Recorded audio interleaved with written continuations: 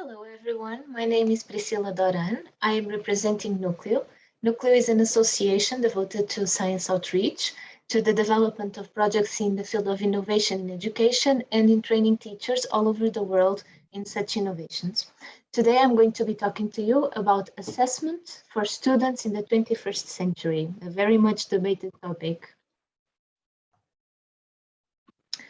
So once upon a time, the thing that we call now the traditional school system was created in order to train people to very specific skills that they would need to very specific lines of work on which they would probably work for the rest of their lives. And that was okay. It was effective and it worked.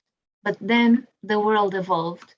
Technology is changing the world as we know it. We have millions of apps that we can download to our cell phones that help us globalize information and learn a lot about literally everything. And most of all, we have Google. Google that contains all the information available throughout the world that you can reach with just one click. So the world that we know now has nothing to do with the world 100 years ago. But still in the 21st century, schools all over the world keep doing the same thing that they were doing, with exceptions, of course.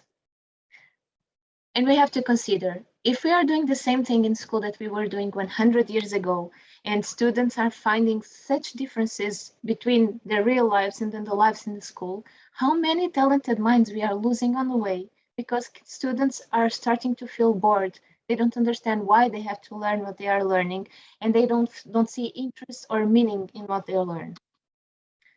And because of this, innovation is indeed happening around the world. Teachers are changing the way they treat their students. They are changing the tools that they use to teach. They are using games. They are using very innovative methodologies to engage their students in the learning process. And they are shifting their classrooms all over the world. But most importantly, education is becoming more inclusive, more personalized and individualized. So a big question appears. If we are shifting the whole way we treat students and we teach them, how can we then assess them in such differentiated learning environments? If we consider that a student-centered approach allows students to explore different interests while learning different things, then if we use tests and exams or other standardized tests, we cannot really properly assess and evaluate what each student has learned or which skills they have developed. So how do we do this? How do we assess them? And in order to answer this question, we need to think about other questions first. So for example, why do we assess our students? This is a question that usually I make and many teachers don't know how to answer, or they just need a few minutes to think about it because they have never thought. And I ask, is it to give students a final score from which they hardly can recover? Is it to compare them with others and make them compete among each other to be on the ranking and to know who is best in memorizing knowledge that is actually already available on Google for everyone? Or is assessment used to promote self-awareness and the development of fundamental life skills and actually help students learn how to collaborate and to cooperate and use the best of each student in class for their own personal growth? And most importantly, are we being inclusive in the way that we assess our students? And to answer this, I usually like to show this sentence that says that sometimes the most brilliant and intelligent minds do not shine in standardized tests because obviously they do not have standardized minds. And I dare you to think for 1 minute about this, and I challenge you to point at a standardized person. Who is a standard person in your life? Is there such a thing as a standard human being? If you know someone, please contact me through my email. You can see my email on the bottom of the page. And tell me, what is a standard person? Because personally, I don't think I know any. So how do we solve this problem? How can we approach all of these questions?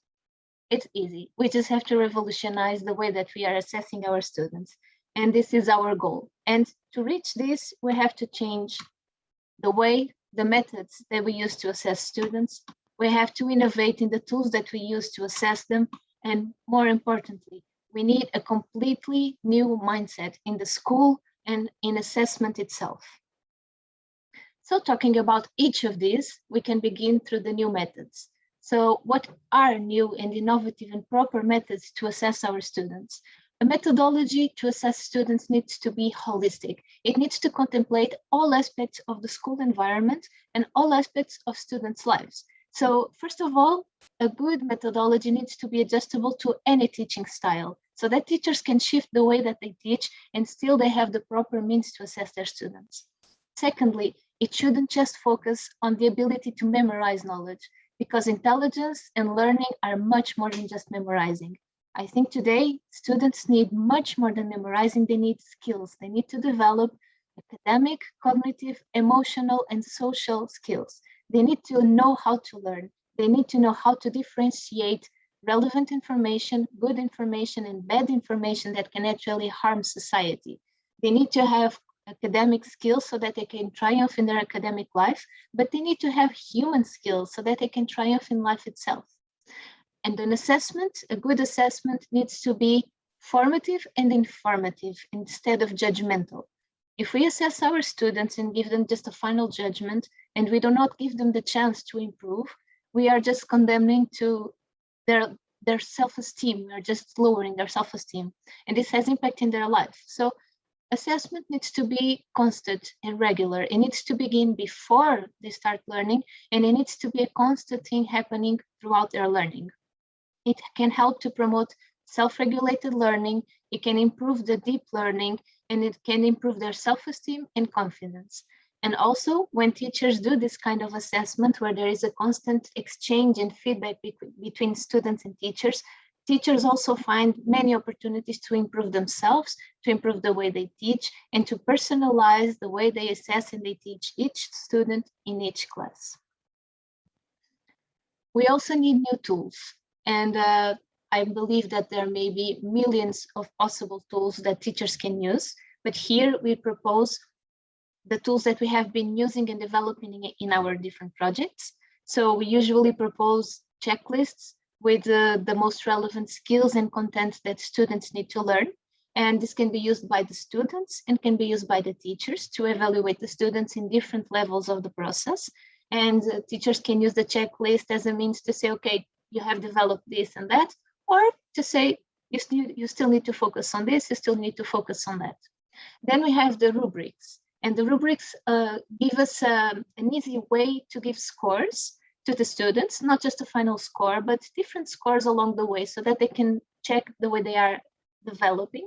And the rubric can be about anything. It can be about knowledge or proficiency in the scientific method, for example, or it can be about skills, different skills that students need to learn. And according to their level of development, the teacher every week or every month or every 2 to 3 months gives a little score, and the students can see, okay, I have improved this, that, and that.